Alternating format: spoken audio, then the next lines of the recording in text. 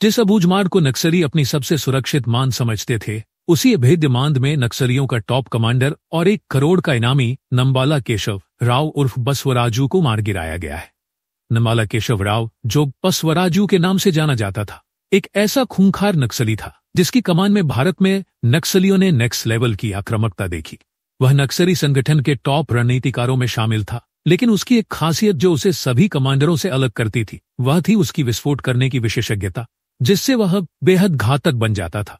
नक्सलियों की बीते दशक में सफलता की एक बड़ी वजह बसवराजू की गोरिल्ला युद्ध रणनीति भी थी, जिसकी वजह से नक्सलियों के कई ऑपरेशन सफल हुए।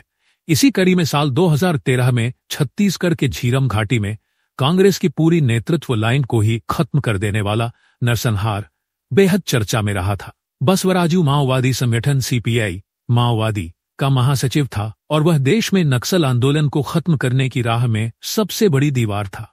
उसकी मौत निश्चित तौर पर मोदी सरकार को उस दहलीज पर पहुंचा चुकी है जहां से वह 2026 तक देश में नक्सलवाद का पूरी तरह से खात्मा करने का दावा बड़े भरोसे के साथ कर रही है।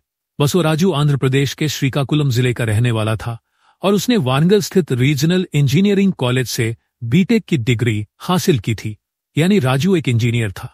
तो सीधा सवाल उठता है कि एक इंजीनियर नक्सली कैसे बन गया?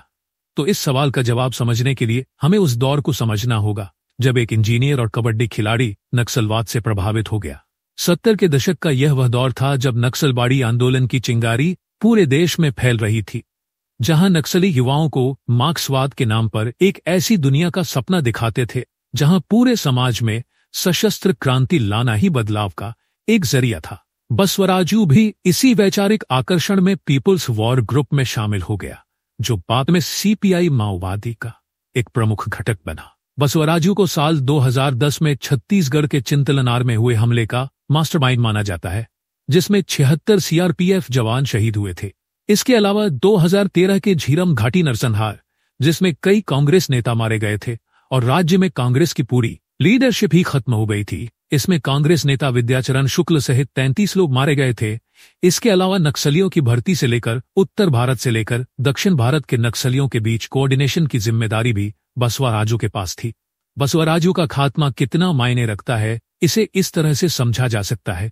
प्रधानमंत्री नरेंद्र मोदी और गृह मंत्री अमित शाह ने खुद एक्स पर पोस्ट कर इस उपलब्धि के बारे में बताया है। उन्होंने लिखा है कि छत्तीसगढ़ के नारायणपुर में हमारे सुरक्षा बलों ने एक बड़े ऑपरेशन के तहत 27 कुख्यात माओवादियों को ढेर किया है, जिनमें सीपीआई माओवादी के महासचिव और नक्सल आंदोलन की रीढ़ माने जाने वाले नंबाला केशव राव उर्फ बसवराजू भी शामिल है। यह पहली बार है जब भारत के 3 दशकों से चल रहे नक्सलवाद विरोधी अभियान में महासचिव स्तर के शीर्ष माओवादी नेता को हमारे सुरक्षा बलों ने ढेर किया है।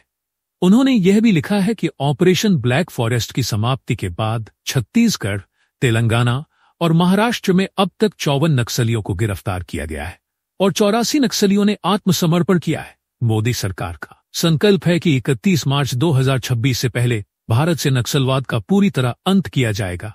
गृह मंत्रालय के आंकड़ों के अनुसार देश में नक्सली हिंसा की घटनाएं 2010 में अपने उच्चतम स्तर पर पहुंच गई थी, जो 2024 में घटकर 374 मामले रह गया।